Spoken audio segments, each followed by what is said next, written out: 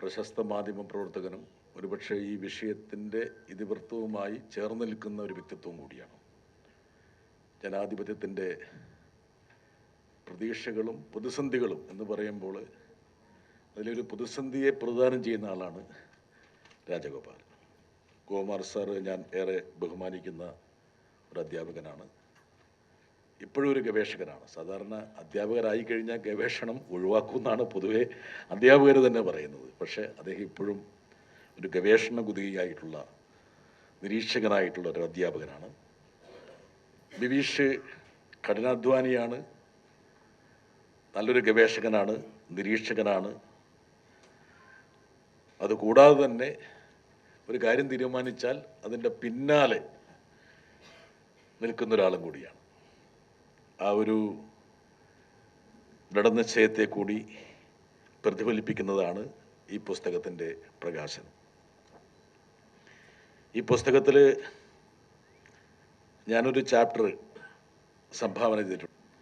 2024 ലോക്സഭാ തെരഞ്ഞെടുപ്പിൽ ഇന്നത്തെ മുഖ്യ പ്രതിപക്ഷ പാർട്ടിയായ കോൺഗ്രസ് കുറച്ചുകൂടി സർഗാത്മകമായൊരു നിലപാട് സ്വീകരിച്ചിരുന്നെങ്കിൽ ഇന്ന് നരേന്ദ്രമോദി ഇന്ത്യൻ പ്രധാനമന്ത്രിയായി വിരാജിക്കില്ലായിരുന്നു. ഗോകുമാർ സാറിനോട് എതിർത്തേക്കാം, പക്ഷേ ഞാനത് വസ്തുതാപരമായി പറയാം. ഇന്ത്യ അലയൻസിൻ്റെ ഭാഗമായിരുന്നു നിതീഷ് കുമാർ. നിതീഷ് കുമാറിൻ്റെ ഏക ആവശ്യമെന്ന് പറഞ്ഞത് എൻ്റെ ഒരു സ്ഥാനത്തിനനുസരിച്ചുള്ള ഒരു സ്പേസ് എനിക്ക് ഇന്ത്യ അലയൻസിൽ കിട്ടണം.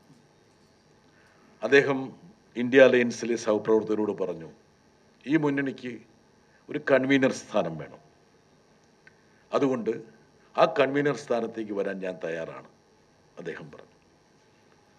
എൻ്റെ നേതാവും ദീർഘകാലത്തെ ബന്ധവുമുള്ള സീതാറാം യെച്ചൂരി അദ്ദേഹത്തിൻ്റെ നിർദ്ദേശവുമായി കോൺഗ്രസ് നേതൃത്വത്തെയും മറ്റുള്ളവരെയും സമീപിച്ചു. അദ്ദേഹവും പറഞ്ഞു, എന്തുകൊണ്ടും ഈ മുന്നണിയെ ഒരു കൺവീനർ എന്ന നിലയ്ക്ക് മുന്നോട്ട് കൊണ്ടുപോകാനുള്ള ഒരു ചലനാത്മകത നിതീഷ് കുമാറിനുണ്ട് എന്നുള്ളത് അദ്ദേഹത്തിൻ്റെ ഒരു വിലയിരുത്തലായി കൂടി അവതരിപ്പിച്ചു. മാസങ്ങളോളം ആ ഒരു വിഷയത്തിൻ്റെ മുകളിൽ മുന്നണി തട്ടിക്കളിച്ചു. കോൺഗ്രസ് നേതൃത്വത്തിൻ്റെ ഒരു വിഭാഗം പറഞ്ഞു, അങ്ങനെ വരുമ്പോൾ ഒരുപക്ഷെ ഈ തെരഞ്ഞെടുപ്പിൽ ഭൂരിപക്ഷം കിട്ടിയാൽ പ്രധാനമന്ത്രി സ്ഥാനത്തേക്കുള്ളൊരു അവകാശവാദം നിതീഷ് കുമാർ ഉന്നയിക്കുമോ? അപ്പോൾ നിതീഷ് കുമാർ പറഞ്ഞു, അങ്ങനത്തെ ഒരു അവകാശവാദം എനിക്കില്ല. കോൺഗ്രസ് എന്നുള്ള പ്രബലമായ ഒരു സംഘടനയെ മുൻനിർത്തി എൻ്റെ പാർട്ടിയെ വിലയിരുത്തൽ നടത്തുമ്പോൾ ഞാൻ എത്രയോ പിന്നിലാണ്. അപ്പോൾ വേറൊരു വാദഗതി മുന്നോട്ട് വന്നു, മമതാ ബാനർജിക്ക് അതത്ര ഇഷ്ടപ്പെടില്ല, എന്തായാലും തെരഞ്ഞെടുപ്പിന് മുമ്പ് നിതീഷ് കുമാർ ഇന്ത്യ അലയൻസിൽ നിന്ന് NDAയിലേക്ക് പോയി. ഇന്നും JDUവിൻ്റെ പാർട്ടി നേതാക്കൾ, സഞ്ജയ് ജായ് ഉൾപ്പെടെ അതിൻ്റെ വർക്കിംഗ് പ്രസിഡന്റ് ഉൾപ്പെടെയുള്ള ആൾക്കാർ അന്നത്തെ പ്രധാനപ്പെട്ട ആ നാഴികക്കല്ലുകൾ പ്രതിപാദിക്കാറുണ്ട്. ഞാനും കോൺഗ്രസ് നേതാക്കന്മാരോട് പറയാറുണ്ട്, ഒരുപക്ഷെ നരേന്ദ്രമോദി വീണ്ടും വന്നതിൻ്റെ ഒരു ഉത്തരവാദിത്വം നിങ്ങൾക്ക് കൂടിയുണ്ട് എന്ന്. രണ്ടാമത്തെ ഒരു ഘടകം, ഇന്ത്യയിലെ മാധ്യമങ്ങൾ, മുഖ്യധാരാ മാധ്യമങ്ങൾ ഒരു സെംബ്ലൻസ് ഓഫ് ന്യൂട്രാലിറ്റി, അതായത് അവർ ഇന്ത്യ അലയൻസിന് പക്ഷമൊന്നും നിൽക്കേണ്ടതില്ല, NDAയോടുള്ള ആ പക്ഷപാതത്തിൽ ചെറിയൊരു അയവ് വരുത്തിയിരുന്നെങ്കിൽ നരേന്ദ്രമോദി ഇന്ത്യൻ പ്രധാനമന്ത്രിയാകില്ലായിരുന്നു. ഞാൻ രണ്ട് ഘടകങ്ങൾ മാത്രമേ ഞാൻ മുന്നോട്ട് വെക്കുന്നുള്ളൂ. ഇതൊക്കെ ഉണ്ടായിട്ടും 272 എന്നുള്ള മാജിക് നമ്പറിൽ നിന്ന് എത്രയോ താഴെ 240 എന്നുള്ള നമ്പറിലാണ് BJP എത്തുന്നത്. നോക്കുക, ദേശീയ രാഷ്ട്രീയത്തിൻ്റെ ഗതിവിധികൾ എങ്ങനെയാണ് ചെറിയ ചെറിയ ദൃഷ്ടാന്തങ്ങൾ കാരണം വഴിമാറിപ്പോകുന്നത് എന്ന്. ഇന്നിപ്പോൾ 240 നരേന്ദ്രമോദിയുടെ പാർട്ടിയുടെ ലോകസഭയിലെ അംഗസംഖ്യ എങ്കിൽ പോലും അദ്ദേഹത്തിന് അപ്രമാദിത്വമുള്ള ഒരു ഭരണ സംവിധാനം എന്ന നിലയ്ക്കാണ് കേന്ദ്ര സർക്കാർ മുമ്പോട്ട് പോകുന്നത്. എന്തുകൊണ്ടെന്നാൽ രണ്ട് സഖ്യകക്ഷികളെ JDU-നെയും അതുപോലെ TDP-യെയും ഡൽഹിയുടെ ഒരു പരിപ്രേക്ഷ്യത്തിൽ പറഞ്ഞാൽ മാനേജ് ചെയ്യാനുള്ള അദ്ദേഹത്തിൻ്റെ ഒരു എബിലിറ്റി. ഈ മാനേജ്മെൻ്റ് എന്നുള്ള ഉദ്ദേശിക്കുന്നത് പ്രീണനമാകാം, പ്രലോഭനമാകാം, ഭയപ്പെടുത്തലാകാം, പല രൂപത്തിലാണ് എല്ലാം സമ്മിശ്രമായി ചേർത്തുള്ള ഒരു പ്രക്രിയയിലൂടെ തൻ്റെ സഖ്യകക്ഷികളെ വരുതിയിൽ നിർത്താൻ കഴിയുന്ന ഒരവസ്ഥ ദേശീയ രാഷ്ട്രീയത്തിൽ ഉള്ളതുകൊണ്ട് 240 എന്നുള്ള ഒരു സംഖ്യയിൽ നിന്നുകൊണ്ട് തന്നെ ഒരു മഹാഭൂരിപക്ഷമുള്ള ഒരു ഭരണാധികാരിയുടെ എല്ലാ ചേരുവകളും അദ്ദേഹം തൻ്റെ ഭരണനിർവഹണത്തിലേക്ക് ചാലിച്ചു ചേർത്തിരിക്കുന്നു. തെരഞ്ഞെടുപ്പ് എത്ര കണ്ട് സവിശേഷമാണ് ജനാധിപത്യ പ്രക്രിയയെ സക്രിയമാക്കാൻ. SIR-ൻ്റെ ഒരു കാലഘട്ടമാണ്. ഇപ്പം ഞാൻ കേരളത്തെ രാജ്യസഭയിൽ പ്രദാനം ചെയ്യുന്ന ഒരംഗമാണ്. 2000 ഞാൻ ഡൽഹിയിലെ വോട്ടറായിരുന്നു. പക്ഷെ കഴിഞ്ഞ 25 വർഷമായിട്ട് ഞാൻ തിരുവനന്തപുരത്തെ സ്ഥിരവാസിയാണ്. 2002 എന്നുള്ളൊരു കട്ട് ഓഫ് ഉള്ളതുകൊണ്ട് ഞാൻ കേരളത്തിലെ ഒരു വോട്ടറാകണമെങ്കിൽ ഇപ്പോൾ ഒരു ഹിയറിങ്ങിൽ ഭാഗവാക്കാകണം. അതായത് കേരളത്തെ രാജ്യസഭയിൽ പ്രദാനം ചെയ്യുന്ന ഒരു MP ഞാൻ ഒരു പൗരനാണ് എന്ന് തെളിയിക്കാൻ വേണ്ടിയുള്ള ഒരു പ്രക്രിയയിലൂടെ ഞാൻ കടന്നു പോകും. കഴിഞ്ഞ ദിവസം BLO എൻ്റെ ഓഫീസിൽ വിളിച്ച് പറഞ്ഞു ഹിയറിംഗ് നിർബന്ധമാണ്. അതല്ലെങ്കിൽ അദ്ദേഹം യഥാർത്ഥ ഒരു വോട്ടറാണോ എന്ന് ഞങ്ങൾക്ക് ബോധ്യപ്പെടണമെങ്കിൽ ഞാൻ വന്ന് അദ്ദേഹത്തിൻ്റെ ഒരു പടമൊക്കെ ചെയ്യുന്ന പാർലമെൻ്ററി ജനാധിപത്യത്തിൽ ഏറ്റവും പ്രധാനപ്പെട്ട നിദാനമെന്ന് പറയുന്നത്, വിധാനമെന്ന് പറയുന്നത് നമ്മുടെ തിരഞ്ഞെടുപ്പാണ്. ഒരു ഫ്രീ ആൻഡ് ഫെയർ എലക്ഷൻസ്, സ്വതന്ത്രവും നീതിപൂർവവുമായ ഒരു തിരഞ്ഞെടുപ്പ് നമുക്ക് സാധ്യമാകുന്നില്ലെങ്കിൽ അവിടെ ജനാധിപത്യം തന്നെ കളങ്കപ്പെട്ട് കഴിഞ്ഞു. ജനാധിപത്യം ഇല്ലാതാകുകയാണ്. ഇന്ത്യൻ ജനാധിപത്യം ആദ്യം നിലകൊള്ളേണ്ടത് സുതാര്യമായ ഒരു തെരഞ്ഞെടുപ്പ് പ്രക്രിയ എന്നുള്ള അടിത്തറയുടെ മേലാണ്. ആ അടിത്തറ ദ്രവിച്ചു പോയാൽ അല്ലെങ്കിൽ ആ അടിത്തറയ്ക്ക് ക്ഷതമുണ്ടായാൽ ജനാധിപത്യം സാർത്ഥകമാകില്ല. അത് ആർക്കും മനസ്സിലാക്കുന്ന ഒരു കാര്യമാണ്. അതിൽ പ്രത്യേകിച്ച് ഗഹനമായ ഒരു ചിന്താവീതിയുടെ ഒരു പ്രസക്തി തന്നെ ഇല്ല. ഇനി പാർലമെന്റ് ജനാധിപത്യത്തിലെ മുമ്പോട്ട് നയിക്കുന്ന ഘടകങ്ങൾ എന്തൊക്കെയാണ്? ഇപ്പോൾ ഇന്ത്യൻ ഭരണഘടന കൂലങ്കഷമായി പരിശോധിക്കുന്ന ആൾക്കാരാണ് ഇവിടെ ഈ വേദിയിലുള്ള ആൾക്കാർ. ഇവിടെയുള്ള ആൾക്കാർക്കും അറിയാവുന്നതായിരിക്കും. നമ്മുടെ ഭരണഘടനയ്ക്കനുസരിച്ച് നമ്മുടെ രാജ്യം മുമ്പോട്ട് പോകണമെങ്കിൽ ഭരണഘടന മുമ്പോട്ട് വെക്കുന്ന സ്ഥാപനങ്ങൾ കൃത്യതയോടുകൂടി പ്രവർത്തിക്കണം. നമ്മുടെ പാർലമെന്റ് ജനാധിപത്യത്തിന് ഏറ്റവും പ്രധാനപ്പെട്ട കാതലായ അല്ലെങ്കിൽ അകക്കാമ്പ് എന്ന് പറയുന്നത് accountability of the executive to the legislature. അതില്ല, തീർന്നു. എന്താണ് അതിൻ്റെ ലളിതമായ സ്വഭാവം? ഞാനെന്നുള്ള ജനപ്രതിനിധി ജനങ്ങളോട് കടപ്പെട്ടിരിക്കുന്നു. അപ്പോൾ accountability of the executive to the legislature, അതാണ് യഥാർത്ഥത്തിൽ നമ്മുടെ പാർലമെന്ററി ജനാധിപത്യത്തിൻ്റെ ഏറ്റവും പ്രധാനപ്പെട്ട പ്രതലമെന്ന് പറയുന്നത്. ഇപ്പോൾ എന്താ സംഭവിക്കുന്നത്? ഞാനെന്നുള്ള ജനപ്രതിനിധി ജനങ്ങളോട് കടപ്പെട്ടിരിക്കുന്നു, ഉത്തരവാദിത്വമുള്ള ആളാണ്, എൻ്റെ സംസ്ഥാനത്തോട് ഉത്തരവാദിത്വമുണ്ട്. പക്ഷേ പാർലമെന്റിനോട് വിധേയപ്പെട്ട് പ്രവർത്തിക്കേണ്ട എക്സിക്യൂട്ടീവിന് അത്തരമൊരു വിധേയത്വമില്ല. എന്തുകൊണ്ടാണ് ഞാനത് പറയുന്നത്? ഇന്ത്യൻ പ്രധാനമന്ത്രി പോലും പറയില്ല ഞാൻ പാർലമെന്റിനോട് വിധേയപ്പെട്ട് പ്രവർത്തിക്കുന്നു എന്ന്. അത് അദ്ദേഹത്തിന് ഒരു മോശപ്പെട്ട കാര്യമായിട്ട് വേണമെങ്കിൽ അദ്ദേഹം കണക്കിലെടുത്തേക്കാം. ഗവൺമെന്റ് എങ്ങനെയാണ് വിധേയപ്പെട്ട് പ്രവർത്തിക്കുന്നത്? പാർലമെന്റിനെ വിശ്വാസത്തിലെടുക്കണമെങ്കിൽ ഗവൺമെന്റ് കൊണ്ടുവരുന്ന ബില്ലുകൾക്ക് മേൽ അർത്ഥവത്തായിട്ടുള്ള ചർച്ചകളും സംവാദങ്ങളും അവിടെ നടക്കണം, പരിശോധന ഉണ്ടാകണം. നിയമനിർമ്മാണങ്ങൾ കേവലപരമായിട്ട് ഒരു പ്രത്യേക കാലഘട്ടത്തെ മാത്രം ബാധിക്കുന്ന വിഷയമല്ല, ഒരു ചെറിയ ന്യൂനപക്ഷത്തെ മാത്രം ബാധിക്കുന്ന വിഷയമല്ല, തലമുറകളെ ബാധിക്കുന്നൊരു വിഷയമാണ്. നമ്മൾ കൊണ്ടുവരുന്ന ഒരു നിയമനിർമ്മാണത്തിൻ്റെ സൂക്ഷ്മ തലങ്ങൾ ഇഴകീറി പരിശോധിച്ചില്ലെങ്കിൽ അത് വലിയ ജനവിഭാഗങ്ങളെ ഗുരുതരമായി ബാധിക്കും, ഒരു ദുരന്തമായി ഭവിക്കും. തിരക്കിട്ട് ദോശ ചുടുന്നത് പോലെ ബില്ലുകൾ പാസ്സാക്കി എടുക്കുന്നതിനെ കുറിച്ച് സുപ്രീം കോടതി തന്നെ അഭിപ്രായപ്പെട്ടു. ഇങ്ങനെയല്ല ബില്ലുകൾ പാസ്സാക്കേണ്ടത്. മുൻകാലങ്ങളിൽ പാർലമെന്റിന്റെ തലത്തിൽ വരുന്ന ബില്ലുകളിൽ 75% സ്റ്റാൻഡിംഗ് കമ്മിറ്റികൾക്ക് പോകുമായിരുന്നു. ഇപ്പം ഞാൻ എക്സ്റ്റേണൽ അഫയേഴ്സ് സ്റ്റാൻഡിംഗ് കമ്മിറ്റിയിൽ മെമ്പറാണ്. അഥവാ ഇപ്പോൾ എമിഗ്രേഷൻ സംബന്ധിച്ചിട്ട് ഒരു ബില്ല് വരികയാണെങ്കിൽ ആ ബില്ല് പാർലമെന്ററി സ്റ്റാൻഡിംഗ് കമ്മിറ്റിക്ക് റെഫർ ചെയ്യുമ്പോൾ ഞങ്ങൾ എന്ത് ചെയ്യും? ഞങ്ങൾ ബന്ധപ്പെട്ട ഉദ്യോഗസ്ഥന്മാരെ വിളിക്കും, ഞങ്ങൾ സ്റ്റേക്ക് ഹോൾഡേഴ്സിനെ വിളിക്കും, ഞങ്ങൾ വേണമെങ്കിൽ കേരളത്തിലെ പ്രവാസി സംഘടനയുടെ ഒരു ഭാരവാഹികളെ വിളിക്കും, വിദേശത്തു നിന്ന് പ്രതിനിധികളെ വിളിക്കും, റിട്ടയേർഡ് അംബാസഡർമാരെ വിളിക്കും, എക്സ്പേർട്സിനെ വിളിക്കും. ഇതൊന്നും കൂടാതെ പത്രത്തിൽ ഒരു പരസ്യം ചെയ്യും. പൊതുജനങ്ങൾക്ക് ഈ ബില്ലിനെ കുറിച്ച് എന്തെങ്കിലും അഭിപ്രായം പ്രകടിപ്പിക്കാനുണ്ടെങ്കിൽ നിങ്ങളുടെ അഭിപ്രായം രേഖപ്പെടുത്താം. വിസ്തൃതമായ ചർച്ചകൾക്ക് ശേഷം ഞങ്ങൾ ആ ബില്ലിനെ കുറിച്ചുള്ള റിപ്പോർട്ട് പാർലമെന്റിൽ സമർപ്പിക്കും. ആ റിപ്പോർട്ടിൽ നിന്ന് പ്രസക്തമായ കാര്യങ്ങൾ ഉൾക്കൊള്ളിച്ചുകൊണ്ട് ആ ബില്ലിൽ മാറ്റം വരുത്തും. ഇതാണ് പാർലമെന്ററി നിയമനിർമ്മാണത്തിൽ അവലംബിച്ചു പോന്നിരുന്ന പ്രധാനപ്പെട്ട ഘടകം. ഇന്ന് ആ 75% എന്ന് പറയുന്നത് 16% ബില്ലുകളാക്കി ചുരുക്കി.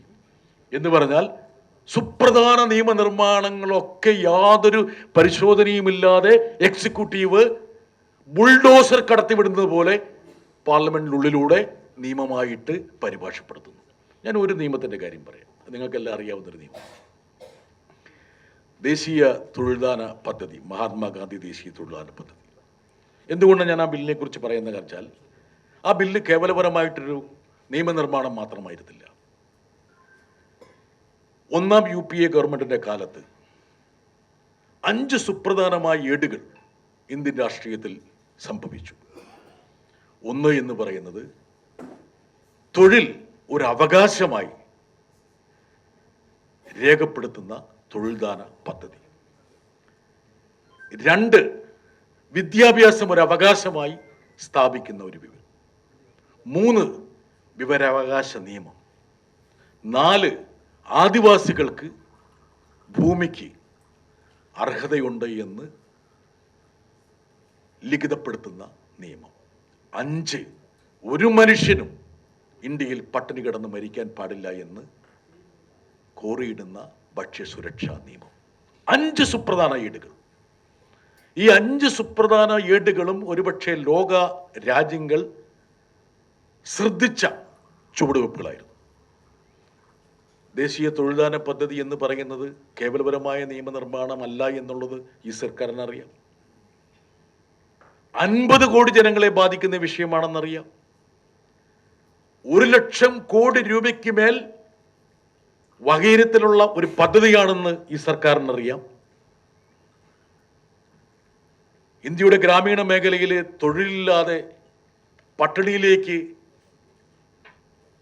വഴുതിപ്പോകുന്ന കോടാനുകോടി ജനങ്ങൾക്ക് ജീവിത മാർഗത്തിനൊപ്പം ആത്മാഭിമാനം കൂടി പ്രദാനം ചെയ്ത ഒരു പദ്ധതിയാണെന്ന് ഈ സർക്കാരിനറിയാം.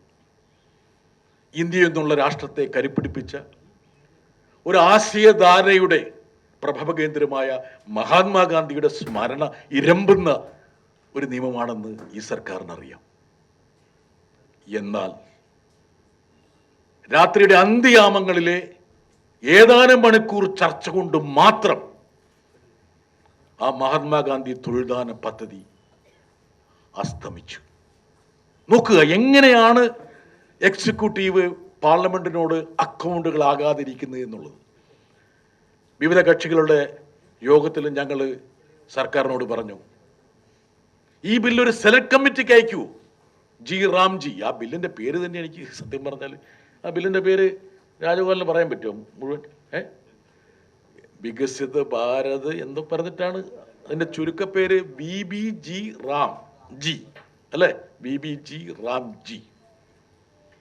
ഈ കേന്ദ്രം പാസാക്കുന്ന ഒട്ടുമിക്കവാറും ബില്ലുകൾ എന്താണ്, നിയമനിർമ്മാണങ്ങൾ എന്താണ്, അതിൻ്റെ പേര് പോലും നമ്മുടെ സാധാരണ ജനങ്ങൾക്ക് ഇപ്പം വായിക്കാൻ പറ്റില്ല. കോമകുമാർ സാറേ, നമ്മൾ ഈ IPC, CRPC, എവിഡൻസ് ആക്ട് ഇതൊക്കെ മാറ്റാൻ വേണ്ടി നമ്മൾ മാറ്റിയിട്ട് കൊണ്ടുവന്ന കഴിഞ്ഞ കുറേ കാലമായിട്ട് ഇപ്പോൾ പ്രാബല്യത്തിൽ വന്ന 3 നിയമങ്ങളുടെ പേരെന്ന് പറയാൻ പറ്റുമോ? CRPCക്ക് പകരം വന്ന ബില്ലിന്റെ പേരെന്താണ്? എവിഡൻസ് ആക്ടിന് പകരം വന്നെന്താണ്? അവിടെ പോയി 35% മാർക്ക് തരാം ഞാൻ, 35%. ഞാൻ ഇവരെ കുറ്റപ്പെടുത്തില്ല. മദ്രാസ് ഹൈക്കോടതിയിൽ ഒരു ജഡ്ജി പറഞ്ഞു എനിക്ക് ഈ നിയമങ്ങളുടെ ഒന്നും പേരറിയില്ല എന്ന്. പിന്നെ ഇവിടെ ഇരിക്കുന്ന ഇവർക്ക് ഇതിന്റെ പേരുകൾ അറിയണം എങ്ങനെയാണ് നോക്കുക.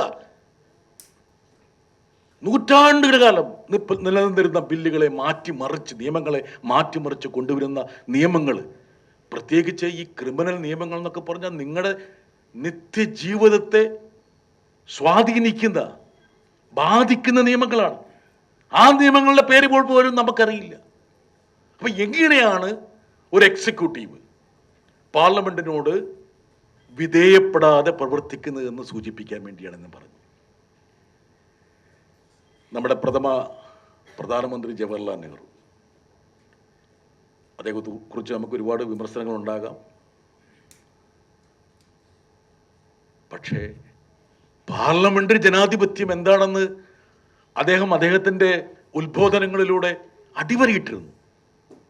അദ്ദേഹം പാർലമെന്റിൽ ഇരുന്ന് പ്രതിപക്ഷ അംഗങ്ങളെ ശ്രവിക്കുമ്പോൾ അദ്ദേഹം പറഞ്ഞൊരു കാര്യമുണ്ട്. ഈ രാജ്യത്തിന്റെ യഥാർത്ഥ സാഹചര്യം എന്താണെന്ന് ഞാൻ മനസ്സിലാക്കുന്നത് ഈ കിഴക്ക് നിന്നും വടക്ക് നിന്നും തെക്ക് നിന്നും ഈ പശ്ചിമ ഭാഗത്തു നിന്നൊക്കെ വിദൂര കോണുകളിൽ നിന്ന് വരുന്ന ജനപ്രതിനിധികൾ അവരുടെ ജീവിതത്തെക്കുറിച്ച് അവരോട് സംസാരിക്കുമ്പോഴാണ് എനിക്ക് ഈ രാജ്യം എന്താണ്, ഈ രാജ്യത്തിന്റെ പ്രശ്നങ്ങൾ എന്താണ്, പ്രതിസന്ധികൾ എന്താണ്, പ്രതീക്ഷകൾ എന്താണ്, ഇതൊക്കെ എനിക്ക് മനസ്സിലാക്കുന്നതെന്ന് അദ്ദേഹം സ്പീക്കറോടും രാജ്യസഭാ ചെയർമാനോടും ആണയിട്ട് പറഞ്ഞൊരു കാര്യമുണ്ട്. സർ, എൻ്റെ പാർട്ടിയിലെ അംഗങ്ങൾക്ക് നിങ്ങൾ സമയം കുറച്ചു കൊടുത്താലും പ്രതിപക്ഷത്തെ അംഗങ്ങൾക്ക് നിങ്ങൾ കൂടുതൽ സമയം നൽകണം. എൻ്റെ പാർട്ടിയിലെ നേതാക്കൾ അല്ലെങ്കിൽ അംഗങ്ങൾ എന്നെ സുഖിപ്പിക്കാനുള്ള വാചകങ്ങൾ ഇവിടെ പറയുള്ളൂ. ഇന്ത്യൻ രാഷ്ട്രീയം എന്താണ്, ഇന്ത്യയുടെ യാഥാർത്ഥ്യങ്ങൾ എന്താണ് എന്ന് എനിക്ക് മനസ്സിലാകണമെങ്കിൽ മറുപക്ഷത്തിരിക്കുന്ന ആൾക്കാരുടെ പ്രതിപാദനങ്ങൾ എനിക്ക് കേൾക്കണം. മഹാനായ AKG ഒക്കെ സംസാരിക്കുമ്പോൾ അതിൻ്റെ ഓരോ വാക്കും കുത്തും കോമയും അദ്ദേഹം മനസ്സിലേക്ക് സംശീകരിച്ചു. അദ്ദേഹത്തെ വിമർശിച്ചുകൊണ്ട് സംസാരിച്ച, അദ്ദേഹത്തിന്റെ സണ്ണിലോ സംസാരിച്ച കാര്യങ്ങൾ പോലും അദ്ദേഹം അവിടെ ഇരുന്ന് കേട്ടു. നോക്കുക എങ്ങനെയാണ് പാർലമെന്റ് ജനാധിപത്യം ഒരു ഘട്ടത്തിൽ സാർത്ഥകമായത് എന്ന്. ഒന്നാമത്തെ പ്രധാനമന്ത്രിയിൽ നിന്ന് ഇന്നത്തെ പ്രധാനമന്ത്രിയിലേക്ക് നമ്മൾ കണ്ണുപായിക്കുമ്പോൾ പാർലമെന്റിലേക്ക് കടന്നു വരാത്തൊരു പ്രധാനമന്ത്രി, പാർലമെന്റിന് വിധേയപ്പെടേണ്ടതില്ല എന്ന് നിഷ്കർഷിക്കുന്ന ഒരു ഭരണാധികാരി, തന്റെ വകുപ്പുകളെ കുറിച്ചുള്ള ചോദ്യങ്ങൾക്കുള്ള മറുപടി പോലും ഞാൻ പറയില്ല എന്ന നിശ്ചയദാർഢ്യത്തോടെ മുമ്പോട്ട് പോകുന്ന ഒരു പ്രധാനമന്ത്രി. നോക്കൂ എങ്ങനെയാണ് ഇന്ത്യൻ പാർലമെന്ററി സമ്പ്രദായം മാറി മറിഞ്ഞത് എന്ന്. ഞാൻ ഇന്ത്യൻ പ്രധാനമന്ത്രി പാർലമെന്റിൽ ചെലവഴിച്ച സമയത്തിന്റെ ഒരു സ്റ്റാറ്റിസ്റ്റിക്സ് എടുത്ത് നോക്കിയപ്പോൾ 0.1% പോലും ഇല്ല. പണ്ടൊക്കെ വലിയ രാഷ്ട്രീയ സംഭവവാസങ്ങൾ ഉണ്ടാകുമ്പോൾ പാർലമെന്റ് സമ്മേളനം നടക്കുന്ന സമയത്താണെങ്കിൽ ആ രാഷ്ട്രീയ സംഭവവാസത്തെക്കുറിച്ച് മന്ത്രിമാർ വന്ന് പാർലമെന്റിൽ പ്രസ്താവന നടത്തും. സ്യൂമോട്ടോ സ്റ്റേറ്റ്മെന്റ് എന്നാണ് പറയുന്നത്. ഇപ്പം MP ആയിരിക്കുന്നതിന് മുമ്പ് ഞാൻ ഒരു മാധ്യമപ്രവർത്തന നിലയിൽ പാർലമെന്റ് കണ്ടിട്ടുണ്ട്. ഞാൻ എപ്പോഴും പറഞ്ഞൊരു കാര്യമുണ്ട്, 3 ഡയമെൻഷണൽ വ്യൂ ഓഫ് പാർലമെന്റ് എനിക്കുണ്ട് എന്ന്. ഞാൻ വലിയ വലിയ മഹാരഥന്മാരായിട്ടുള്ള നേതാക്കന്മാരോട് പറഞ്ഞൊരു കാര്യമുണ്ട്, നിങ്ങൾക്ക് ഒരു ഡയമെൻഷനേ ഉള്ളൂ, എനിക്ക് 3 ഡയമെൻഷൻ ഉണ്ട്. ഞാനൊരു സാധാരണ രാഷ്ട്രീയ മീമാംസക വിദ്യാർത്ഥിയായിട്ട് ഇന്ത്യൻ പാർലമെന്റിനെ നിരീക്ഷിച്ചിട്ടുണ്ട്. ഒരു മാധ്യമ പ്രവർത്തകനായി പാർലമെന്റിന്റെ ഗാലറിയിൽ ഇരുന്നു കൊണ്ട് ഞാൻ കീഴ്പോട്ട് നോക്കിയിട്ടുണ്ട്. ഒരു MP എന്ന നിലയിൽ അതിൻ്റെ തടത്തിൽ നിന്നുകൊണ്ട് ഞാൻ പാർലമെന്റിനെ നോക്കിക്കാണും. സ്യൂമോട്ടോ സ്റ്റേറ്റ്മെന്റ് ആയിട്ട് മന്ത്രിമാർ വരും. രാജ്യസഭയിലാണെങ്കിൽ സ്യൂമോട്ടോ സ്റ്റേറ്റ്മെന്റ് നടത്തിയാൽ അംഗങ്ങൾക്ക് ക്ലാരിഫിക്കേഷൻ ചോദിക്കാം, സംശയങ്ങൾ ചോദിക്കാം. ഇന്ന് അങ്ങനെ ഒരു സ്യൂമോട്ടോ സ്റ്റേറ്റ്മെന്റേ ഇല്ല. ഒരു മന്ത്രിയും ഒരു സ്യൂമോട്ടോ സ്റ്റേറ്റ്മെന്റ് നടത്താൻ തയ്യാറല്ല. ഇന്ത്യയുടെ പ്രധാനപ്പെട്ട വിഷയങ്ങളെക്കുറിച്ചുള്ള ചർച്ചകൾ പോലും സാധ്യമല്ല. 28 സംസ്ഥാനങ്ങളുടെ ഒരു സംസ്ഥാനമായ മണിപ്പൂർ വർഷങ്ങളോളം കത്തിക്കൊണ്ടിരുന്നപ്പോൾ അതിനെക്കുറിച്ച് ഒരു ചർച്ച പോലും ഇന്ത്യൻ പാർലമെന്റിൽ നടത്താൻ കഴിഞ്ഞില്ല. നമ്മൾ ചോദ്യങ്ങൾ ചോദിച്ചാൽ ആ ചോദ്യങ്ങളെ ഏതെങ്കിലും രൂപത്തിൽ തിരസ്കരിക്കാൻ കഴിയുമോ എന്നുള്ള ഗവേഷണമാണ് അവിടെ നടക്കുന്നത്. ഇപ്പം ഞാനൊരു കാര്യം പറയാം. ഇപ്പം കഴിഞ്ഞ ദിവസം അനീഷ് എനിക്ക് എടുത്തു തന്നതാണ്. ഇന്ത്യക്ക് ഒരു പുതിയ പാർലമെന്റ് വേണമെന്ന് കേന്ദ്രമന്ത്രിസഭ തീരുമാനിച്ചു. മന്ത്രിസഭാ യോഗത്തിന്റെ തീരുമാനമാണ്. 10,000 കോടിയോ അപ്രോക്സിമേറ്റ്ലി ഒരു അലോക്കേഷൻ, അതിന് എത്ര ഒരു അലോക്കേഷൻ അല്ല, മൊത്തം സെൻട്രൽ വിസ്തയ്ക്ക് വേണ്ടി വെച്ചു. അപ്പോൾ പാർലമെന്റ് മന്ദിരത്തിൻ്റെ നിർമ്മാണത്തിന് വേണ്ടിയിട്ടും അത് എത്രയായിരിക്കണമെന്ന് സർക്കാർ വകയിരുത്തിട്ടുണ്ടാവും. ആദ്യം ചോദിച്ചപ്പോൾ അതിൻ്റെ ഒരു എസ്റ്റിമേറ്റ് എന്താണെന്ന് ചോദിച്ചപ്പോൾ ഒരു മറുപടി അപ്രോക്സിമേറ്റ്ലി വന്നില്ലേ? വന്നു, ഇതാണ് എസ്റ്റിമേറ്റ് ചെയ്യുന്നത്. അത് കഴിഞ്ഞ് ഞാൻ ഒരു ചോദ്യം കൂടെ ചോദിച്ചു, ആക്ച്വൽ എക്സ്പെൻഡിച്ചർ എത്രയാണ്? നിങ്ങളുടെ എൻ്റെ നികുതിപ്പണമാണ്, അതിന് അക്കൗണ്ടബിലിറ്റി വേണം. പാർലമെന്റ് മന്ദിരം നിർമ്മിക്കാൻ വേണ്ടി എത്ര പണം മുടക്കി യഥാർത്ഥത്തിൽ? എന്താണെന്നറിയോ മറുപടി? ഗോകുമാർ സാറ്, സീക്രട്ടാണിത്, ഇത് രഹസ്യമാണ്, രാജ്യത്തിന്റെ രഹസ്യമാണിത്. എവിടേക്കാണ് ഈ രാജ്യം പോകുന്നത്? എണ്ണമറ്റ ചോദ്യങ്ങൾ. പാകിസ്ഥാന്റെ ഷെല്ലാക്രമണത്തിൽ കൊല്ലപ്പെട്ട എത്ര പേർ? ഉത്തരവില്ല. ഓപ്പറേഷൻ സിന്ദൂറിൽ എത്ര അപകടങ്ങൾ നമുക്ക് സംഭവിച്ചു? ഉത്തരമില്ല. എത്ര വിമാനങ്ങൾ നഷ്ടപ്പെട്ടു? ഉത്തരവില്ല. റാഫേൽ വിമാനത്തിന്റെ ചെലവ് എന്ന് പറയുന്നത് 2,000 കോടി രൂപയ്ക്ക് മേലാണ്. 2 റാഫേൽ വിദേശത്ത് പോയിട്ട് നമ്മുടെ ആൾക്കാർ പറയും ഞങ്ങൾക്ക് 2 റാഫേൽ നഷ്ടപ്പെട്ടു എന്ന്. മൈ ഫ്രണ്ട് ട്രംപ് 6 വിമാനങ്ങൾ ഇന്ത്യക്ക് നഷ്ടപ്പെട്ടു എന്ന് പറഞ്ഞു. നിങ്ങളുടെയും എൻ്റെയും ഒക്കെ നേർപ്രതീകമായി പ്രവർത്തിക്കേണ്ട നമ്മുടെ ജനാധിപത്യത്തിൻ്റെ സാങ്ക്ടം സാൻട്രം ശ്രീകോവിൽ എന്ന് പറയുന്ന ഇന്ത്യൻ പാർലമെന്റിന് ആ വിവരങ്ങളൊന്നും ലഭിക്കേണ്ടതില്ല. എവിടേക്കാണ് നമ്മുടെ ഇന്ത്യൻ പാർലമെന്ററി സംവിധാനം പോകുന്നതെന്ന് സൂചിപ്പിക്കാൻ വേണ്ടിയാണ് ഞാൻ ഈ വിവരങ്ങൾ നൽകിയത്. ഇനി നമ്മുടെ അടുത്ത സമസ്യ എന്ന് പറയുന്നത് 3ാമത്തെ പില്ലർ. ഈ ജോസ് കുട്ടിയൊക്കെ പിള്ള ആൾക്കാരെ പഠിപ്പിക്കുമ്പം 4 നെടുന്തൂണുകൾ, 1ാം നെടുന്തൂണ് എക്സിക്യൂട്ടീവ്, അങ്ങനെയല്ലേ ജോസ് കുട്ടി പഠിപ്പിക്കേണ്ടത്. 2ാമത്തെ നെടുന്തൂണ് പാർലമെന്റ്, 3ാമത്തെ നെടുന്തൂൺ ജുഡീഷ്യറി, 3ാമത്തെ നെടുന്തൂൺ ജുഡീഷ്യറിയുടെ സ്ഥിതി എന്താണ്? ദൈവം കക്ഷിയായ കേസിൽ ദൈവത്തോട് പ്രാർത്ഥിക്കുകയാണ് ഞാൻ എന്ത് ചെയ്യണമെന്നുള്ളത്. ഡയറ്റി അവിടെ കേസിൽ ഭാഗവാക്കാണ്. ആ ഡയറ്റിയോട് ഞാൻ സംസാരിച്ചു. അങ്ങനെയാണ് വിധി പറയുന്നത്. ബാബറി മസ്ജിദ് പൊളിച്ചത് എഗ്രേജിയസ് ക്രൈമാണ്. ഒരിക്കലും മാപ്പ് കൊടുക്കാൻ കഴിയാത്ത ഒരു ക്രിമിനൽ കുറ്റമാണ്. എല്ലാ നിയമസംഹിതകളെയും കാറ്റിൽ പറത്തിക്കൊണ്ടുള്ള ഒരു കുറ്റകൃത്യമാണ്. പക്ഷേ നിങ്ങൾ അതിങ്ങ് എടുത്തോളൂ. നോക്കൂ എങ്ങനെയാണ് നമ്മുടെ നിയമനിർമ്മാണങ്ങളുടെ ഗതി. ഒരു സുപ്രഭാതത്തിൽ കേന്ദ്ര സർക്കാർ തീരുമാനിക്കുന്നു ആർട്ടിക്കിൾ 3 ഉപയോഗിച്ച് ഒരു സംസ്ഥാനം നമുക്ക് വേണ്ടെന്നേ, ആ സംസ്ഥാനത്തെ ഞങ്ങൾ കേന്ദ്രഭരണ പ്രദേശമാക്കി മാറ്റുക. ജമ്മു കാശ്മീർ ഒരു സുപ്രഭാതത്തിൽ സംസ്ഥാന പദവി നഷ്ടപ്പെട്ട് കേന്ദ്രഭരണ പ്രദേശമായി. സുപ്രീം കോടതിയിലേക്ക് പോയി. നമ്മളൊക്കെ വിചാരിച്ചു എന്താ കാരണം? ഇന്ത്യ എന്നുള്ള മഹത്തായ രാജ്യത്തിൻ്റെ ഏറ്റവും പ്രധാനപ്പെട്ട ഒരു ബാന്ധവം എന്ന് പറയുന്നത് അതിൻ്റെ ഫെഡറലിസമാണ്. നാളെ ഇപ്പോൾ BJPക്ക് കേരളം പിടിക്കാൻ പറ്റുന്നില്ല. BJP പറയുകയാണ് കേരളം ഒരു യൂണിയൻ ടെറിട്ടറിയായി മാറണം.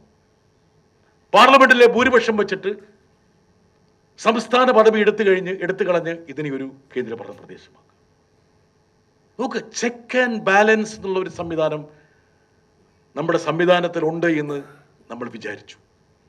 പക്ഷേ ഈ മൂന്നാമത്തെ നെടുന്തൂണും നമ്മുടെ വിദൂര പ്രതീക്ഷകൾക്ക് പോലും മങ്ങലേൽപ്പിക്കുന്ന തലത്തിലേക്ക് മാറി എന്നുള്ള ദൗർഭാഗ്യകരമായ ഒരു അന്തരീക്ഷത്തിലൂടെയാണ് രാജ്യം കടന്നു പോകുന്നത്. നാലാമത്തെ നെടുന്തൂണ് ആർക്കാണെന്ന് അറിയേണ്ടതാണ്. നെടുന്തൂണിനെ കുറിച്ച് ഫോർത്ത് എസ്റ്റേറ്റ്. ഇവര് കുറേ മാധ്യമ വിശാരദന്മാർ, സ്വതന്ത്ര മാധ്യമ പ്രവർത്തനം, നിഷ്പക്ഷ മാധ്യമ പ്രവർത്തനം അല്ലേ രാജപോലെ? മണ്ണാങ്കട്ട അങ്ങനെ ഒരു സംഭവമില്ല. എനിക്ക് രാജഭവനോടൊരു ആദരവ് എന്താ അറിയോ? തൻ്റെ ജോലി നഷ്ടപ്പെടുമെന്ന് തനിക്കറിയാമായിട്ടും അചഞ്ചലമായി ആ എഡിറ്റർ എന്നുള്ള പദവിയുടെ അന്തസ് കാത്തു സൂക്ഷിച്ചു എന്നുള്ളതാണ്. അന്ന് ലോകം ഉറ്റുനോക്കിയിരുന്നൊരു പത്രമാണ് കൽക്കട്ടയിൽ നിന്ന് പ്രസിദ്ധീകരിച്ച ടെലിഗ്രാഫ്. ഇന്നൊരു പൂച്ചക്കുഞ്ഞു പോലും ആ പത്രം നോക്കുന്നില്ല. അത് പറഞ്ഞു രാജപോലെ മറ്റേ സഹപ്രവർത്തകർ, എനിക്കൊരു വിഷമമില്ല, ഞാൻ ആ പത്രം നോക്കുന്നില്ല. ആ പത്രത്തിന്റെ ലേ ഔട്ട്, ആ പത്രത്തിന്റെ തലവാചകങ്ങൾ എങ്ങനെ ആയിരിക്കണം ഒരു എക്സിക്യൂട്ടീവിന്റെ അക്കൗണ്ടബിലിറ്റി ഉറപ്പിക്കാൻ വേണ്ടി നാലാമത്തെ നെടുന്തൂണ് പ്രവർത്തിക്കേണ്ടതിന്റെ ഏറ്റവും പ്രധാനപ്പെട്ട ദൃഷ്ടാണ്. ഒരുപക്ഷെ ഇവിടെ ഇരിക്കുന്ന രാഷ്ട്രീയ മീമാംസ വിദ്യാർത്ഥികൾ തങ്ങളുടെ ഗവേഷണത്തിന് വിഷയമാക്കേണ്ട ഒരു വിഷയം രാജഗോപാലിന്റെ എഡിറ്റർഷിപ്പിൽ ടെലിഗ്രാഫ് എങ്ങനെയാണ് ദേശീയ രാഷ്ട്രീയത്തിന്റെ ഉള്ളടക്കത്തെ എഴുതി ചേർത്തത് എന്നുള്ളതാണ്. ഇന്ന് മുഖ്യധാരാ മാധ്യമങ്ങളെല്ലാം ദാസ്യവേലയിലേക്ക് പിൻവാങ്ങിക്കഴിഞ്ഞിരിക്കുന്നു. ദാസ്യവേലയിലേക്ക് 1980കളുടെ അന്ത്യത്തിൽ ഡൽഹിയിൽ പോയൊരു വ്യക്തിയാണ് ഞാൻ. അന്ന് 4/3 ഭൂരിപക്ഷത്തിനാണ് രാജീവ് ഗാന്ധി ഇന്ത്യ ഭരിച്ചിരുന്നത്, അടക്കി ഭരിച്ചിരുന്നു എന്നൊരു ധാരണ. പക്ഷെ അന്നും അത്രയും മൃഗീയ ഭൂരിപക്ഷമുണ്ടായിരുന്ന രാജീവ് ഗാന്ധിക്കെതിരെ വിരൽ ചൂണ്ടാനുള്ള ആർജവവും തൻ്റെ ഇടവും ഇന്ത്യയിലെ മാധ്യമങ്ങൾക്കുണ്ടായി. അടിയന്തരാവസ്ഥക്കാലത്ത് പോലും പല പത്രങ്ങളും മുട്ടിലിഴഞ്ഞെങ്കിൽ പോലും ഇന്ത്യയിലെ എത്രയോ പത്രങ്ങൾ നട്ടല്ലിൽ എഴുന്നേറ്റുന്നു. ഇന്ന് ഇന്ത്യയിലെ ഏതെങ്കിലും ഒരു മുഖ്യധാരാ മാധ്യമത്തിൽ പ്രധാനമന്ത്രിക്കോ ആഭ്യന്തരമന്ത്രിക്കോ പ്രധാനപ്പെട്ട ഏതെങ്കിലും മന്ത്രിമാർക്കെതിരെയോ ഒരു വാചകം വരുമോ? അത്ര അധികാരമില്ലാത്ത ചില മന്ത്രിമാരെ മാത്രം വേണമെങ്കിൽ ഒരു ഞങ്ങളും ഉത്തരവാദപ്പെട്ട മാധ്യമപ്രവർത്തനമാണ് നടത്തുന്നതെന്ന് കാണിക്കാൻ വേണ്ടി ചിലർ വേണമെങ്കിൽ ഒന്ന് ടാർഗറ്റ് ചെയ്യും. കേരളത്തിലെ ഏതെങ്കിലും പത്രങ്ങളിൽ ഇന്ത്യൻ പ്രധാനമന്ത്രിയോ ആഭ്യന്തരമന്ത്രിയോ വിമർശിച്ചുകൊണ്ട് ഒരു ശകലം വരുമോ? കോമർസരെ വരുമോ? സത്യം പറ, ഞാൻ നിങ്ങളെ ബുദ്ധിമുട്ടിക്കുന്നില്ല. പരിശോധിച്ചു നോക്ക്. ഈ രൂപത്തിലേക്ക് ഇന്ത്യൻ മാധ്യമങ്ങൾ കൂപ്പുകുത്തി എന്നുള്ളതാണ് യാഥാർത്ഥ്യം. രാജഗോപാലിന് എൻ്റെയൊക്കെ സുഹൃത്തായിട്ടുള്ള നമ്മുടെ റൂബൻ ബാനർജി, ഒരു ഉദാഹരണം ഞാൻ പറയാം. ഔട്ട്ലുക്ക് എന്നുള്ള ഒരു വാരിക ഉണ്ട്. ഔട്ട്ലുക്കിൻ്റെ പത്രാധിപരായിരുന്നു റൂബൻ ബാനർജി. കോവിഡിൻ്റെ 2ാം തരംഗ സമയത്ത് ലക്ഷക്കണക്കിന് ആൾക്കാർ പെട്ടെന്ന് മരിക്കുകയാണ്. ഇന്ത്യൻ പ്രധാനമന്ത്രി പഴയ തുഗ്ലക്കിനെ പോലെ മണിക്കൂറുകൾക്കുള്ളിൽ ഇന്ത്യ ലോക്കൗട്ട് ചെയ്തു. എന്നുവെച്ചാൽ അടച്ചു പൂട്ടി. നിങ്ങളുടെ വീട്ടിൽ ഉള്ളിയുണ്ടോ, പഞ്ചസാരയുണ്ടോ, ഉപ്പുണ്ടോ എന്ന് നോക്കാതെ അദ്ദേഹം പറഞ്ഞു എല്ലാം അടയ്ക്കണം. ബസ് പോകാൻ പാടില്ല, തീവണ്ടി പോകാൻ പാടില്ല, കടക്കം പോൾ അടയ്ക്കണം, നിർബന്ധമായി അടയ്ക്കണം. Complete lockout. കോടാനുകോടി വരുന്ന അതിഥി തൊഴിലാളികൾ, അന്യസംസ്ഥാന തൊഴിലാളികൾ, കേരളത്തിൽ മാത്രം നമ്മൾ സാമൂഹ്യ അടുക്കളയൊക്കെ തുറന്ന് അവരെ ജീവിപ്പിച്ച് നിർത്തി. പക്ഷേ അവർ പറഞ്ഞു ഞങ്ങളുടെ ഉറ്റവരൊക്കെ അവിടെ മരിച്ചുകൊണ്ടിരിക്കുന്നുള്ള വിവരം കിട്ടുന്നുണ്ട്, ഞങ്ങൾക്ക് അങ്ങോട്ട് പോകണം, ഇവിടെ തൊഴിലില്ല. ഇവിടെ നമ്മൾ അവർക്ക് ടിക്കറ്റൊക്കെ എടുത്തു കൊടുത്ത് പലരെ യാത്രയാക്കി സ്പെഷ്യൽ വണ്ടികളിൽ.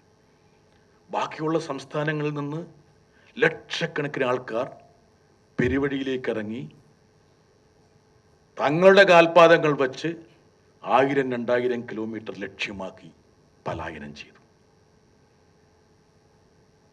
രാത്രിയുടെ അന്ത്യയാമങ്ങളിൽ കുറച്ചാൾക്കാർ ഔറംഗാബാദിൽ ഒരു കാട്ടിൽപ്പെട്ടപ്പോൾ ഒരു വെളിമ്പ്രദേശം കണ്ടത് റെയിൽവേ ട്രാക്കാണ്.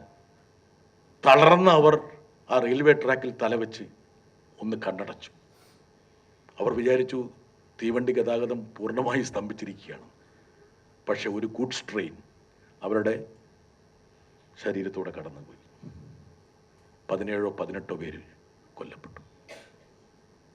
ഡൽഹിയുടെ ISBTയിൽ ഇന്റർസ്റ്റേറ്റ് ബസ് ഡിപ്പോയിൽ ടെർമിനലിൽ 10,000-കണക്കിന് അന്യസംസ്ഥാന തൊഴിലാളികൾ എങ്ങോട്ട് പോകണമെന്നറിയാതെ കൂട്ടം കൂടി നിന്നപ്പോൾ കേന്ദ്ര സർക്കാർ പറഞ്ഞു, ഇവരൊക്കെ രോഗബാധ പടർത്തുന്നവരാണ്, അവരെ DDT സ്പ്രേ ചെയ്തു അവരുടെ മുകളിലേക്ക്. DDT മൃഗങ്ങളെ പോലും അല്ലെങ്കിൽ സസ്യങ്ങളെ പോലും DDT കൊണ്ട് കൈകാര്യം ചെയ്യരുതെന്നുള്ള നിയമമുള്ള രാജ്യത്ത് 100 ആൾക്കാർ പടഞ്ഞു വീണ് മരിച്ചു.